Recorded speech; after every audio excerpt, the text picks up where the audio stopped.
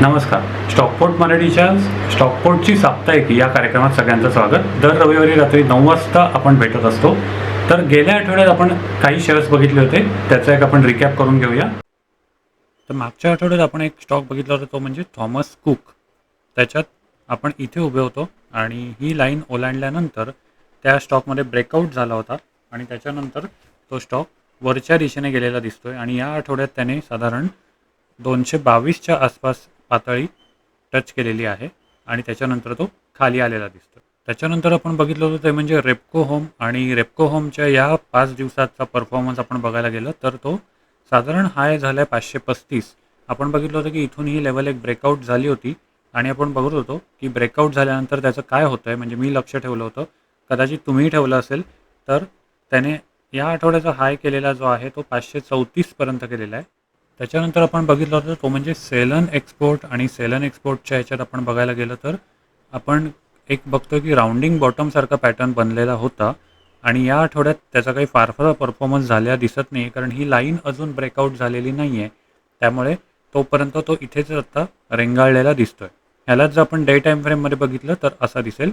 So day time फ्रेममध्ये बघितलं तर साधारण आपण बघू शकतो की गेल्या 5 दिवसात हा स्टॉक इथेच रेंगाळलेला आहे. त्यामुळे इथे अजूनही ह्याचा ब्रेकआउट वगैरे झालेला दिसत नाही आहे.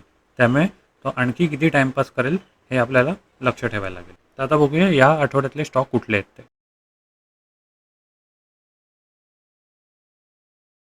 सगळ्यात पहिला या आठवड्याचा स्टॉक आहे तो म्हणजे कोलगेट पामोलिव्ह. तर ह्याच्यात आपल्याला एक व्ही शेप सारखा आकार दिसतोय आणि त्याच्यात आपण बघायला गेलं तर एक ब्रेकआउट झालेला दिसतोय.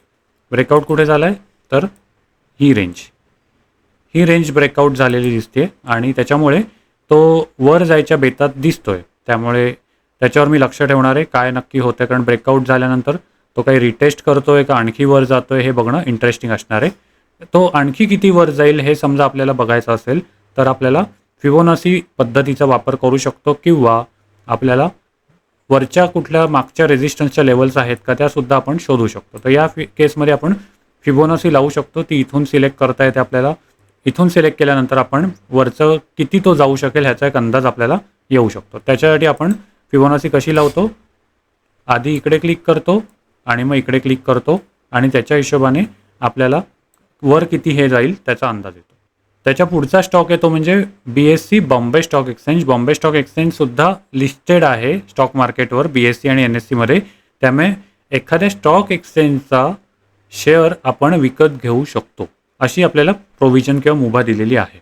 त्यामुळे या स्टॉकमध्ये सध्याच्या ह्याला पोल अँड फ्लॅग हा पॅटर्न तयार झाला दिसतोय. त्यामुळे आपण बघू शकता की इथून हा पोल तयार झाला आहे आणि हा फ्लॅग तयार झाला आहे.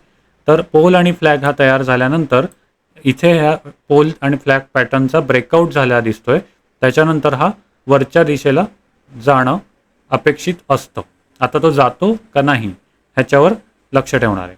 तर जनरली आता अशा वेळी ब्रेकआउट झाल्यानंतर आपला अभ्यास काय सांगतो की जेव्हा हा पोल जेवढ्या उंचीचा आहे तेवढाच साधारण इकडून वर जाणं अपेक्षित असतं. तर आता आपण हा नक्की पुढे त्याचं काय होतं हे बघणं इंटरेस्टिंग राहील. सध्या तो ASM मॉनिटरिंगमध्ये गेलेला आहे, तर ह्याचं पुढे काय होतं हे बघणं इंटरेस्टिंग असेल. त्याच्या पुढचा स्टॉक आहे तो म्हणजे हुडकोमध्ये सुद्धा ब्रेकआउट झाला दिसतोय किंवा ब्रेकआउटच्या मार्गावर आहे. त्यामुळे समजा इथे मी लाईन ओढली तर ती अशी दिसेल आणि हा एक रेझिस्टन्स तिथून तो ब्रेक झालेला दिसतोय. त्यामुळे आणि व्हॉल्यूमसुद्धा एक कन्फर्मेशनसाठी आहे, त्यामुळे इकडे ब्रेकआउट झाला आहे असं दिसतंय. त्यामुळे या आठवड्यात मी लक्ष ठेवणार आहे या स्टॉकचं पुढे काय होतं आहे आणि कुठली पातळी तो गाठतोय. सध्याचा ह्याचा रेट आहे 228 आणि त्याचं पुढे काय होतं हे आपण बघूयाच. त्याच्या पुढचा स्टॉक आहे तो म्हणजे किर्लोस्कर ऑइल इंजिन्स, आणि ह्याच्यातसुद्धा ब्रेकआउट झाला दिसतोय. ब्रेकआउट कसा तर इथून समजा मी लाईन ओढायचं म्हटलं तर ही एक पातळी ओलांडलेली दिसते. आता ह्याच्यातसुद्धा मागचं कुठलं एखादं ब्रेकआउट वगैरे किंवा मागची एखादी रेझिस्टन्सची लेवल आहे का हे आपण बघू शकतो, किंवा फिबोनासीच्या पद्धतीने आपण फिबोनासी टूल समजा सिलेक्ट केलं तर इकडे एकदा आणि इकडे एकदा असं आपण सिलेक्ट करू शकतो. त्याच्यानंतर तो किती वर जाईल किंवा कुठे जाईल ह्याचा आपल्याला एक अंदाज येऊ शकतो. तर हे होते आपले या आठवड्याचे 4 स्टॉक्स. तुम्ही सुद्धा या स्टॉक्सवर लक्ष ठेवा, मी सुद्धा या स्टॉक्सवर लक्ष ठेवतो. आणि बाय द वे सांगायचा मुद्दा असा की हे जे आपण आत्ता बघतोय ते फक्त अभ्यासासाठी बघतोय, त्याचं नक्की पुढे काय होतंय ह्याचा आपण आढावा घेतोय, कारण मागच्या आठवड्यात पण काय झालं ह्याचा आपण एक रिव्ह्यू घेतला आणि मग या आठवड्याचे स्टॉक्स आपण ॲड केलेले आहेत आपल्या वॉचलिस्टमध्ये. तर हे कुठलंही बाय आणि सेल रिकमेंडेशन नाही. ह्यातून कोणालाही काही नफा किंवा तोटा झाल्यास स्टॉकपोर्ट मराठी जबाबदार राहणार नाही. तर ही होती यादी ज्या शेअरवर मी या आठवड्यात लक्ष ठेवणार आहे.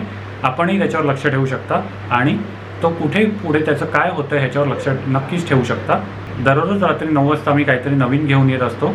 तर चॅनलला सबस्क्राईब करायला विसरू नका. लाईक करा, शेअर करा आणि मित्रमंडळींबरोबर सुद्धा शेअर करा. आपण पुन्हा भेटूया पुढच्या एका नवीन भागात. तोपर्यंत नमस्कार.